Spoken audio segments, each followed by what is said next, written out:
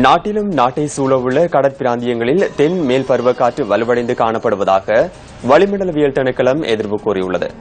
இதேவேளை நாட்டின் இன்று நிலவக்கூடிய வானிலை தொடர்பான தகவல்களுடன் இணைந்து கொள்கின்றார் வளிமண்டலவியல் திணைக்களத்தின் வானிலை அதிகாரி முகமது சாலிஹின்.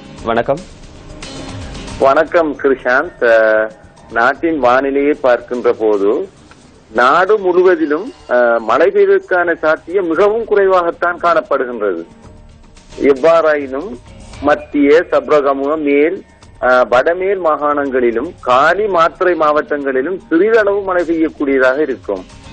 நாட்டிலும் நாட்டை சூழவுள்ள கடல் பிராந்தியங்களில் தென்மேல் பருவப்பேச்சு காற்று வலுவடைந்து காணப்படுகிறது. ஆகையினால் இடைக்கிடையே பலத்த காற்று வீசக்கூடும். கடற்பிராந்தியங்களை பொறுத்தவரையில் புத்தளம் தொடக்கம் கொழும்பு காலிவூடாக அம்மாந்தோட்டை வரையான கடற்பிரதேசங்களில் பல இடங்களில் சிறிதளவு மழை பெய்யக்கூடியதாக இருக்கும். பிற்பகல் அல்லது மாலை வேளைகளில் நாட்டை சூழவுள்ள ஏனைய கடற்பிராந்தியங்களில் சில இடங்களில் இடியுடன் கூடிய மழை பெய்யக்கூடும்.